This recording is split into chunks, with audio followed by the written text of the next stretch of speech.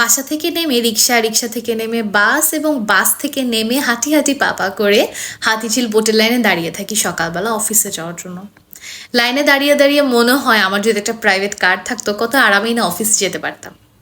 আমার যদি একটা স্কুটি থাকতো কতই না আরামে আমি অফিসে যেতে পারতাম।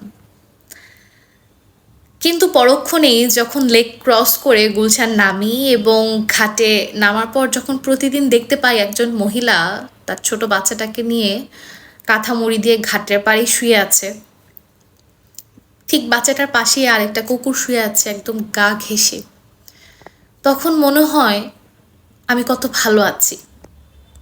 আমি কত ভালো আছি যে আমার মাথার উপর একটা ছাদ আছে, আমি আমার বাচ্চাটাকে নিয়ে রাতে আরামের একটা ঘুম দিতে পারছি। কয়েক সেকেন্ডের ব্যবধানে চিন্তাটা একদম ডিফারেন্ট হয়ে যায়। তখন মনে হয় আমি কত ভালো আছি।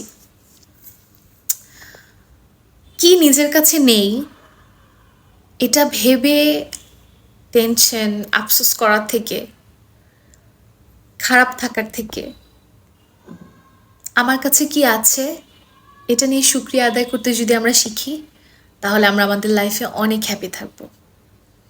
আসুন আমরা সবাই পজিটিভ চিন্তা করি। আমার কাছে কি আছে সেটা একটু হিসাব করি।